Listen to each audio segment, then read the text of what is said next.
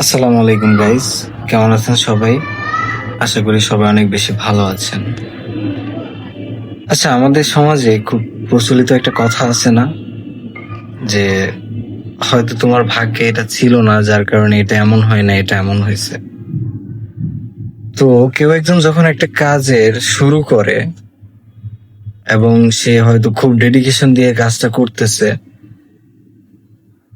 কিন্তু অনেক পরিশ্রম করার পরেও হয়তো সে তার কাঙ্ক্ষিত ফলাফলটা পেল না, তখন মানুষ তাকে বলে যে তোমার ভাগ্যে এটা ছিল না, বা হয়তো তোমার ভাগ্যে এর থেকে ভালো কিছু আছে।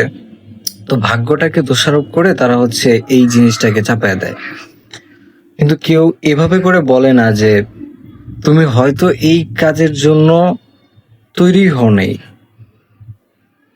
তুমি হয়তো ভুল জায়গায় এফোর্ট দিচ্ছিলে, যার কারণে তুমি এটা পাও নাই।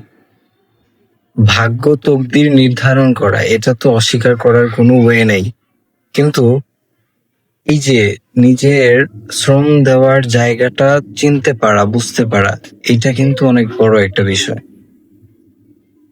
তো আমার মনে হয় ভাগ্যকে দোষারোপ করার আগে আমাদেরকে একটু এইভাবে ভাবা উচিত যে আমি কোথায় পরিশ্রমটা করতেছি। না হলে এরকমই হবে যে হয়তো আমি অনেক শ্রম দেওয়ার পরে দেখা গেল যে আমার কাঙ্ক্ষিত ফলাফলটা আমি পেলাম না। তখন দেখা যাবে আমি নিজেই অথবা মানুষ আমাকে বলবে যে তোমার ভাগ্যে এটা ছিল না, যার কারণে তুমি পাও নাই।